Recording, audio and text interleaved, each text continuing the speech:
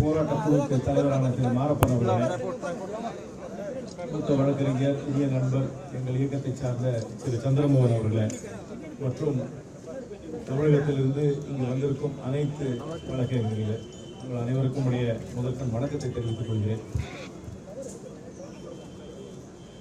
மத்தியிலே இருக்கும் பாரதிய ஜனதா கட்சி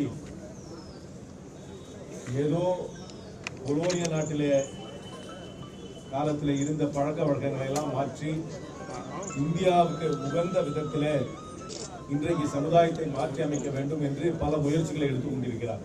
நேற்று கூட நீங்க பாத்தீங்கன்னா தர்பார் ஹால் காலங்காலமாக ராஷ்டிரபதி பவன்ல இருந்து அதுக்கும் ஏதோ வாயில நுழையாத பேர் வச்சுட்டாங்க. பேர் மாத்துறதுல இன்னொரு சிரமம் என்னன்னா, பொருள் மாறுறது மட்டும் இல்ல, அந்த பேரே வாயில நுழையிறது கிடையாது. இன்னைக்கு வரைக்கும் இந்த எம்என்எஸ் என்னால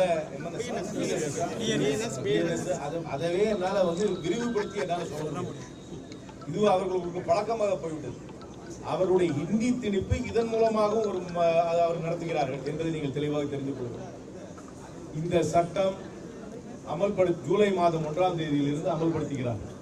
இதனால எல்லா வழக்கு மன்றங்களிலும் இது இருக்கும் நிலுவையிலான வழக்குகள் ஸ்தம்பித்து போக போகுது. ஏன்னாக்க இந்த கிரிமினல் லா, புதுசா இருக்க கிரிமினல் லாவை ஃபர்ஸ்ட் போலீஸ் புரிஞ்சுக்கணும், அதுக்கப்புறம் ப்ராசிக்யூட்டர் புரிஞ்சுக்கணும், டிஃபென்ஸ் கவுன்சில் புரிஞ்சுக்கணும், அதுக்கு எல்லாத்துக்கும் மேலாக ஜுடிஷியல் பெஞ்சில் இருக்கவங்க இந்த மாதிரி ட்ரைனிங் ப்ரோக்ராம் நடத்துறதுக்கே பல வருஷம் ஆகும்.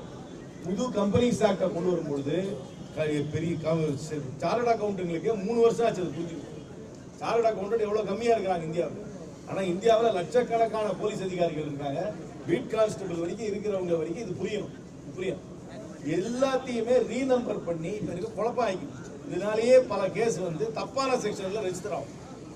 ஒருத்தனை இனிமே 420 சொல்லவே முடியாது. ஏன்னா நானே சொன்னேன், பழைய படத்தை எல்லாம் எடுத்து டயலாக் எல்லாம் மாத்தணும். ஏன்னா இப்ப 420 யாரையும் சொன்னா அது புரியாது. எந்த ஒரு செக்ஷனுமே பழைய நம்பர்ல கிடையாது. எல்லாத்தையுமே ரீநம்பர் பண்ணி புதுசா இருக்கும்.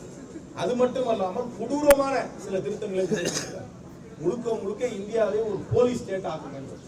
இதனுடைய எண்ணம் என்னவென்றால், பிஜேபியோட எண்ணம் என்னவென்றால், இந்தியாவை ஒரு இந்துத்துவ ஈரானாக மாற்ற வேண்டும் என்பது அவருடைய எண்ணம். அவர்களை என்னை பொறுத்த வரைக்கும் பிஜேபியை நடத்துவர்கள் எப்படி ஈரானில் அயத்துல்லாக்கள் இருக்கிறார்களோ அதே போல இந்தியாவை ஒரு போலீஸ் ஸ்டேட்டாக மாற்றி தனி மனித சுதந்திரத்தை முழுமையாக நசுக்க வேண்டும் என்பதுதான் அவருடைய எண்ணம். இந்த சட்டத்தை முழுமையாக நாம் எதிர்க்க வேண்டும். இந்த சட்டத்தை ஏற்றுக்கொள்ளக்கூடாது. இந்த சட்டம் அமல்படுத்தப்பட்டிருக்கிறது என்ற அறிவிக்கை வந்தாலும் இதன் மூலமாக சாதாரண மக்கள் பாதிக்கப்படுவார்கள். அரசியல் ரீதியாக இவர்களை எதிர்ப்பவர்கள் பாதிக்கப்படுவார்கள்.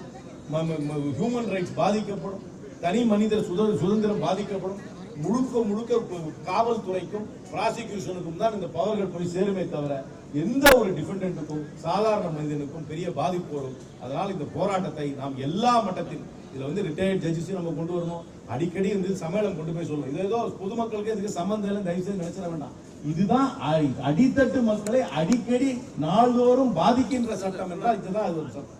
வேற சட்டம் கூட கிடையாது. அவங்க எஃப்டிஐ பாலிசி கொண்டு வரலாம், அந்த மாதிரி பாலிசி கொண்டு வரலாம், அதெல்லாம் எல்லாரையும் பாதிக்காது. ஆனா பாதிக்கக்கூடிய சட்டம் என்னவென்றால் இந்த பிஎன்எஸ் தான் என்று தெளிவாக தெரிந்து இதை நாம் எதிர்க்க வேண்டும். உங்களுடைய போராட்டத்திற்கு எல்லா காலகட்டத்திலும் நாங்கள் எங்களுடைய இயக்கம் காங்கிரஸ் கட்சி உறுதுணையாக இருக்கும் என்று கூறி விடைபெறுகிறேன். நன்றி, வணக்கம்.